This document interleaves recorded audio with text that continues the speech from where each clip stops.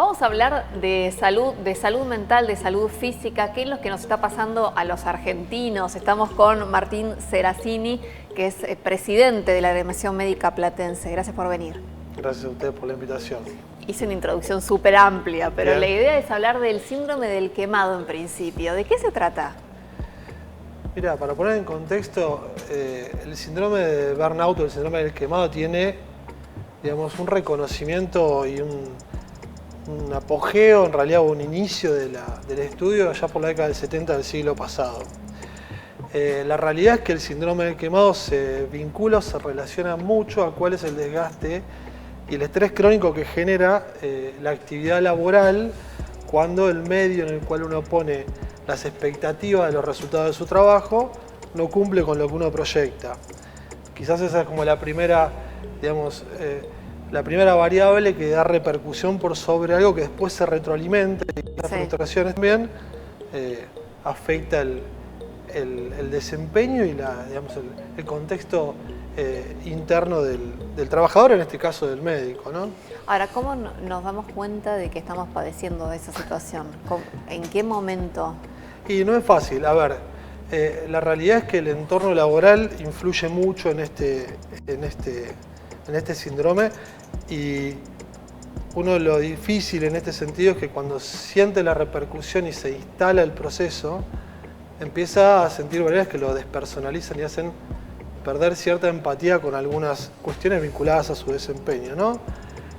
Lo difícil y lo que hoy por hoy a nosotros más nos repercute en nuestro trabajo tiene que ver con que ya, digamos, transgrede o va más allá del entorno laboral y tiene repercusión sobre nuestras vidas sociales, sobre nuestras relaciones familiares, sobre nuestras relaciones personales con los nuestros. O sea, llegar a esa instancia no solo afecta el desempeño en el trabajo, sino en la vida directamente. Claramente, en realidad, la variable que más impacta en este sentido es la instalación de un cuadro que vincula, que genera un estrés o un estado de alerta crónico, que el estado de alerta o el estrés en vías agudas es un fenómeno adaptativo digamos, del ser humano que en realidad responde ante distintos estímulos. En algunas circunstancias quizá el estrés agudo es ante, por ejemplo, una situación en la que uno se siente amenazado, pero eso es un fenómeno adaptativo positivo. El problema en estos casos es que el estrés se cronifica en el tiempo. Claro. Y lógicamente, ¿no?, genera una repercusión que se transforma en patológica, ¿no? Y naturalizamos de alguna manera esa situación, por eso llegamos como a la especie de colapso.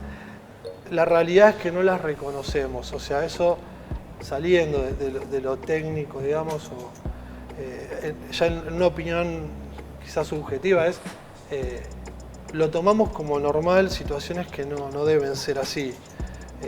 Nosotros tuvimos mucho en cuenta lo que tiene que ver con el síndrome de burnout,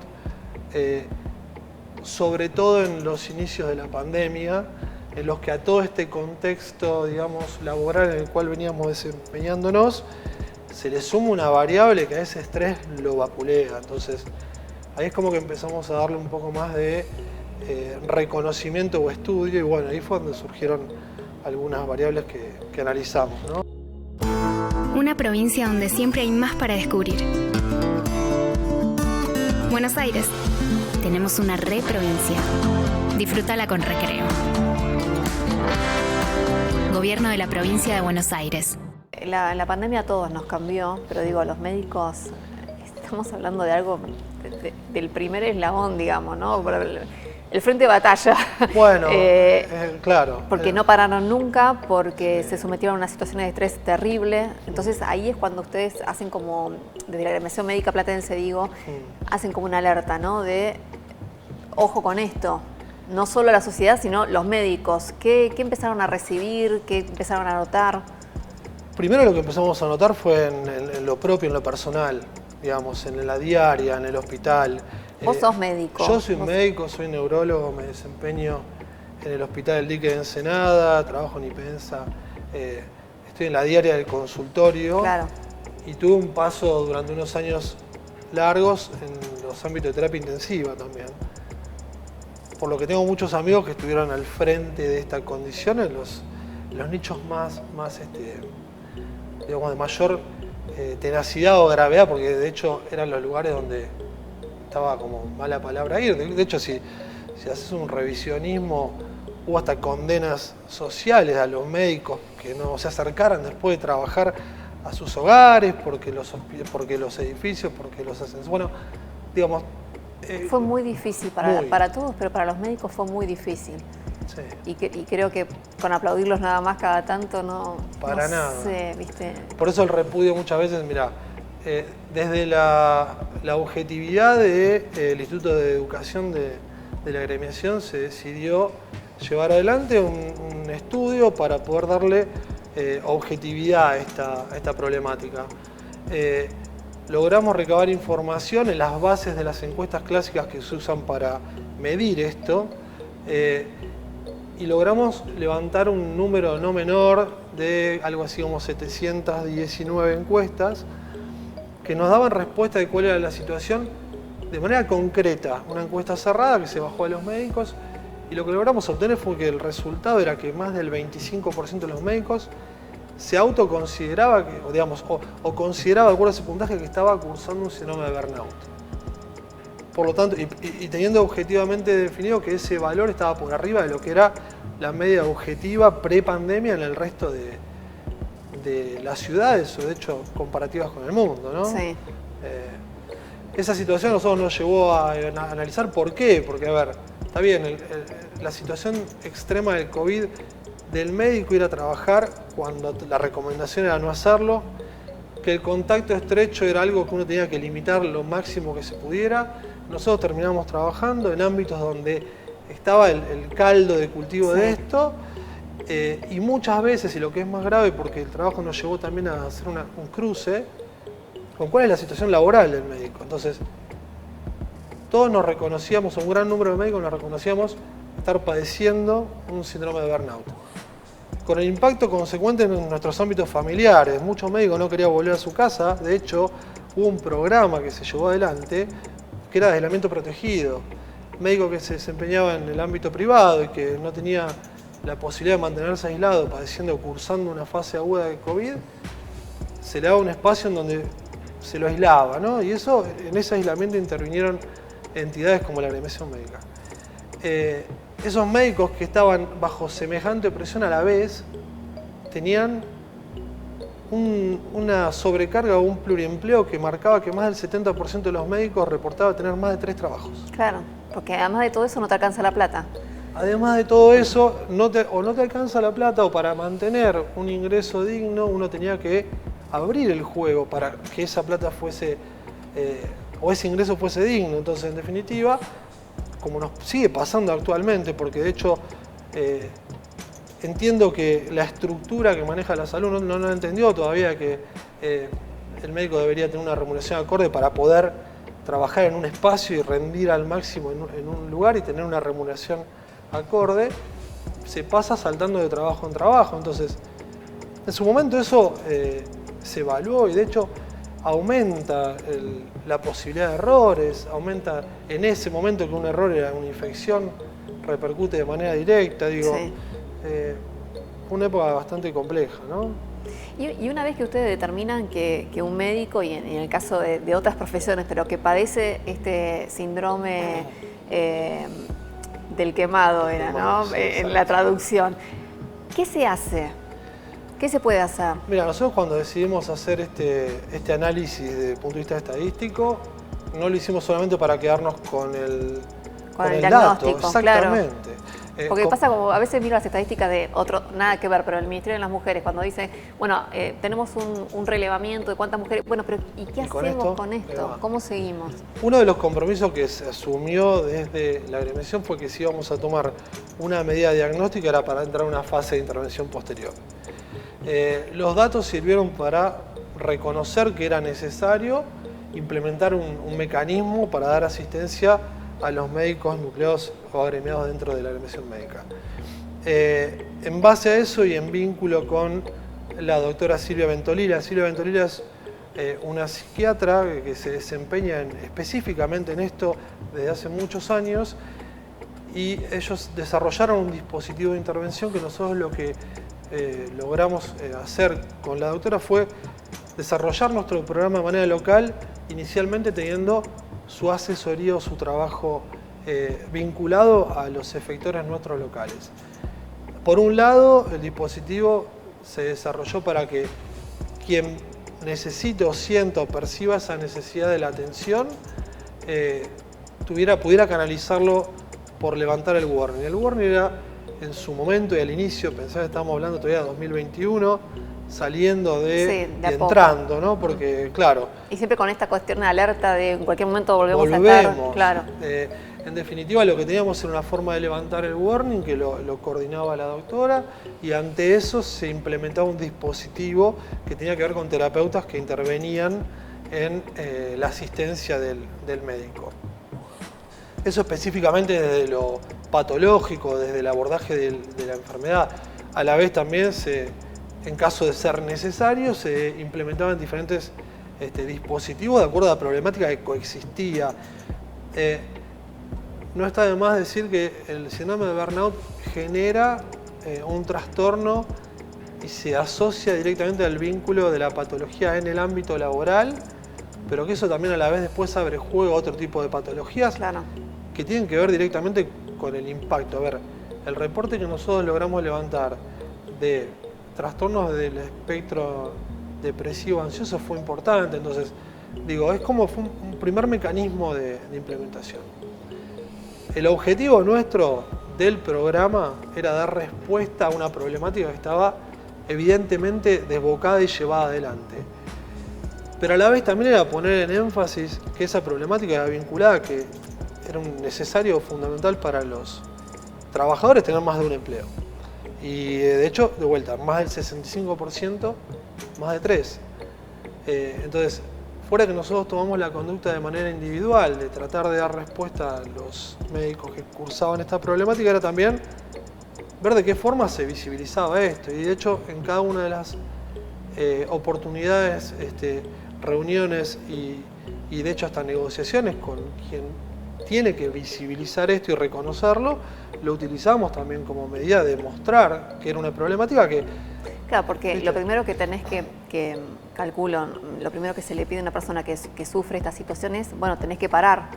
¿Y cómo parás si tenés 3 o 4 trabajos? Entonces todo va relacionado. ¿Cómo para un argentino en cualquiera de sus profesiones cuando llega a ese colapso mental? ¿Cómo parás para no caer en una depresión, para que no se siga arrastrando esto, si tenés que a la vez trabajar tanto? Sí. ¿En eso hablás de que va conectado? Sí, pero va sumamente conectado. Nosotros... No sé, qué sé yo, la implementación de licencias que te las paguen, que te pague el trabajador, la empresa, lo que fuere, pero que vos puedas parar. Recién, a inicios de este siglo, el síndrome de burnout recibió una codificación dentro del manual de las enfermedades, Manual Internacional de la Codificación de Enfermedades. Así que, fíjate qué nuevo que es el reconocimiento de la patología. Muy difícil muchas veces que todas las partes involucradas en su asistencia la tomen como patología. En el ámbito mío te lo puedo llevar hasta el reconocimiento de algunas enfermedades que en el espectro de la medicina laboral es difícil, desde una migraña crónica, claro, reconocerla como una enfermedad real. Bueno, en este sentido pasa algo similar y fuera de cómo intervenir para dar respuesta en el agudo, nosotros nos planteamos la problemática desde un punto anterior, de cómo hacer para que ese médico que se desempeña no tenga que llegar al pluriempleo, porque en definitiva nosotros tenemos la consideración muy clara de que se llega a esa situación porque el médico tiene que diversificar el trabajo para poder, de vuelta, conseguir un ingreso digno para su familia. Entonces, si no hubo un momento más acorde para visibilizar esto y dar respuesta, que fue la pandemia, claro, yo la realidad es que no sé cuándo, porque es así, en definitiva. Cuando todos pudimos ver por lo menos a qué se vieron expuestos los médicos y otras profesiones que terminaron siendo esenciales en la pandemia y que bueno, sucede. Y yo en esto lo quiero aclarar porque como comentario en realidad, nosotros nos focalizamos en los médicos porque son nuestro núcleo de pertenencia. Una cuestión similar sufrieron otros trabajadores vinculados a la salud, ni que hablar los enfermeros, todo lo que es la maquinaria y todo lo que manejó el sistema en su momento. Reivindicamos la postura del médico porque es nuestro, de vuelta, nuestro universo puntualmente, pero creo que la afectación fue global, o digamos el impacto fue en todos los vinculados a la salud, ¿no? Bueno, ¿cuáles son los síntomas que bueno, los médicos por ahí se dan cuenta o no, no sé, pero viste, cuando les pasa a ellos mismos no prestan atención? No. ¿Cuáles son los síntomas que te llevan a ese síndrome y qué se puede hacer una vez que sabés que te pasa eso? A ver... ¿O cómo se puede evitar llegar a ese extremo? Bueno, a ver, quizá tiene distintas fases. Hay una postura que tiene que ver con que uno hace su desarrollo profesional idealizando esa profesión. Sí. Y nos pasó a todos, a ver... Todos trabajamos de lunes a lunes y todos en realidad cuando empezamos, por lo menos en el ámbito nuestro, cuando empezás el trabajo en el ámbito médico, en las fases finales del estudio, tenés una idealización de la profesión. Pensás en que tu intervención va a ser para modificar, para ayudar, para salvar, y es real y empezás a chocar contra estructuras que te hacen dar cuenta que tu idealización acerca de eso te marca limitaciones. Y te marca limitaciones por un montón de variables, pero las clásicas tienen que ver muchas veces con que uno empatiza con el paciente y su patología y plantea cómo encararlo, y la resolución muchas veces o no se da por la patología, no se da por la condición del paciente, no se da por la accesibilidad de un tratamiento. Digo, son múltiples los factores. El tema es que si uno tiene abierto el juego, o digamos, tiene su expertise y su trabajo desarrollado por sobre la asistencia de los pacientes, y está trabajando de manera excesiva y puntualmente cada vez que tiene que tomar una medida encuentra escollos que muchas veces es difícil saltar, empieza a tener esta actitud que muchas veces cambia hasta la conducta. Y esto ya se modificó hace unos años, pero uno de los datos no menores era el trabajo durante 24 horas de corrido, la guardia de 24 horas, claro. Lo habré escuchado. No hay chance que una persona que trabaja 24 horas de corrido mantenga la misma lucidez. Y de hecho... ¿Y eso lo tienen como naturalizado? ¿O? En el último tiempo se modificó en muchos lados, no solo las 24 horas de corrido de trabajo, sino la compensación al otro día. Pero eso es cuando uno se desempeña en un lado. Lo que habitualmente sucede es que uno sale de un trabajo y va hacia el otro. Claro. Por ahí no haces 24 horas de corrido, pero por ahí arrancás a las 7 de la mañana y son las 9 de la noche y seguís atendiendo pacientes. Entonces, eso empieza a generar, digamos, una contracción de fuerza que chocan constantemente en contra de tu desempeño laboral. Y lógicamente eso termina repercutiendo y no puede considerarse, o sea, se termina considerando como un estrés crónico. Y ese estrés crónico hace que después hace que uno vuelva a su casa y tenga trastorno del sueño, del ánimo, que traspase esas tensiones dentro del ámbito laboral hacia sus núcleos cercanos, familia, amigos. Entonces, es difícil reconocerlo porque de hecho se va instalando progresivamente y de a poco. Hoy por hoy ha cambiado un poco la filosofía esta de hacer lo que sea porque el trabajo es así. Hoy se razona un poco más. Lo que pasa es que lógicamente si no alcanza la remuneración hace que uno lo tenga que llevar adelante. Que es peor todavía porque llegás a entender que tenés que parar pero no podés. Igual, las nuevas generaciones pareciera que es como que la cuestión del trabajo, no sé si, ya depende de las necesidades, ¿no? Pero esta cuestión de trabajar de lunes a lunes, si no es por necesidad, si es solamente por vocación, a veces se entiende que hay que descansar un poco la cabeza. Sí, se prioriza de otra forma. Yo tengo, o sea... Quitando lo que es la necesidad, estoy diciendo, ¿no? Sí, yo lo dejo arriba de la mesa de la necesidad, lo que creo que bajo esa necesidad, quien tiene que instrumentar las medidas o las formas o lo que fuese, para que una persona tenga que trabajar las horas que corresponde, es quien tiene que remunerar ese trabajo. Exacto. El problema que estamos teniendo nosotros hoy es que el reconocimiento y la remuneración de ese trabajo no es tal, entonces hace que tengamos que desempeñarnos en muchos espacios laborales y que terminamos padeciendo de las consecuencias esas, no solo en nuestro propio ser, sino también extendido a nuestras familias. A ver, no escuché a nadie que haya trabajado activamente como médico durante marzo, agosto del 2020, que no haya vuelto a su casa pensando que iba a matar a la familia. Claro. Porque ese era el mensaje, porque esa era la condición, porque esos eran los temores que teníamos. Eso queda en algún lado, eso queda en la cabeza y en el cuerpo de la persona que lo padeció. Por más que ahora se vaya de vacaciones, no pasa nada, ya eso está Yo te lo planteo, yo volví a un consultorio. Volví a dar un apoyo, una guardia externa, de hisopar a gente, pero digo, no lo traslado a mis compañeros de antaño en la terapia intensiva y con los cuales hablé, con los cuales se infectaron, con los cuales pasaron.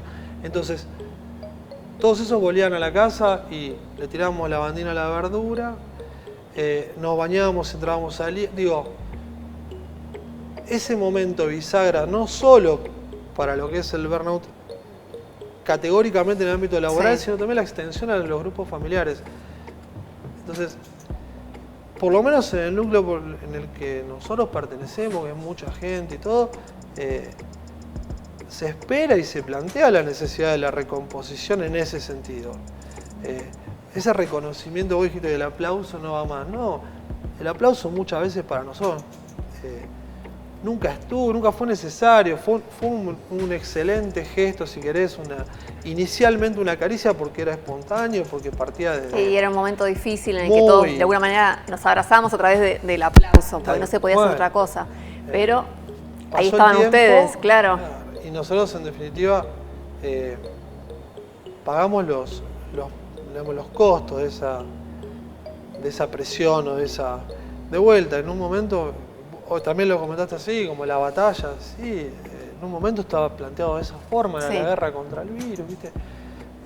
Bueno, por sobre estas temáticas que tienen que ver puntualmente con la psiquis o con la salud desde el punto de vista mental del médico trabajador, digamos, fue grosero, fue, digamos, grave. Y creo que parte de la instrumentación de dar asistencia, que fue la medida que encontramos para intervenir sobre esa realidad, es una de las patas. Creo que el resto falta todavía que se tome como tal y que se entienda que para la mejor calidad de prestación, para la mejor calidad médica, el médico tiene que tener una remuneración para que pueda realmente poder abocar a un espacio laboral y no necesariamente andar sumando trabajos. Claro, por lo menos visibilizarlo desde la agremiación médica y poder decir, bueno, acá estamos, esto nos pasó, a ver, tomemos algunas medidas que nos ayuden. Te consulto, como para ir cerrando la nota, ¿cuáles fueron médico clínico, médico pediatra, ¿cuál es el que más padeció esto según el relevamiento que ustedes hicieron? Mira, nosotros no hicimos... Las especialidades, claro, salía... no hicimos el relevamiento por especialidad porque la encuesta nuestra fue anónima. Bien. Ahora bien... Que vi que continúa en la página, ¿no? Sí, pero el relevamiento se cerró, lo que sigue en página es el programa de intervención y los datos de la encuesta. Es un punto que hubo trabajos que se han hecho así, de hecho hay uno recientemente publicado, pero solo sobre pluriempleo, no sobre burnout, que lo que hizo fue nuclear trabajadores de salud y hacer 2 cortes grandes de enfermería y médicos. Lógicamente los médicos que más lo padecieron fueron los que más enfrente tuvieron el riesgo. O los que terapia intensiva. Terapia intensiva, clínica, las salas de internación, los médicos que manejan la urgencia o las guardias. Digo, eso quizá habría que hacerlo de manera más objetiva, darle un marco metodológico para ser objetivos en el dato, pero la realidad es que es así. Y ojo, no obstante eso, también una de las variables por las que no rompimos por especialidad fue porque hubo una reestructuración también de las funciones. Claro. Médicos que se desempeñaban en especialidades que quizá no tenían en ese momento una atención, una prestación diaria, pasaron a disposición. A dar apoyo, Sí. Pero hasta en el ámbito privado. En el ámbito privado reformó estructural y ediliciamente sus guardias para dar asistencia. Y a hisopar a las guardias iba el dermatólogo, el neurólogo o el que fuese. Entonces, creo quizás que sería bueno evaluarlo por especialidad, pero en este sentido durante un tiempo largo fuimos todos médicos de guardia. Claro. Entonces, nada, y entendiendo que en esos espacios era de vuelta el nicho biológico de esto. Sí. Sí, es un paso a potenciar. A medir, no, como Sí. para dimensionar también cuáles fueron los que más estuvieron expuestos a situaciones complicadas. Calculo que los pediatras, por ejemplo, también, que siempre están trabajando con los más chiquitos. Sí. Sí. Imaginaba, pero sí, fue una problemática que es verdad, que todos, no transversal. importaba a qué se dedicaban, tenían que ponerle el cuerpo Sí. al tema porque no alcanzaban los médicos. Esa fue una variable. Después la otra variable es que se habían armado grupos de trabajo, porque si caía uno tenía que estar el otro, y si todos Claro. convivíamos en el mismo espacio, caían todos. Bueno, pero igual la reivindicación desde de vuelta, respondiendo estrictamente a los médicos, Sí. es a los médicos que tuvieron que hacer ese seguimiento diario en las salas de internación Sí. COVID, las terapias intensivas ni que hablar, pero de vuelta que en ese seguimiento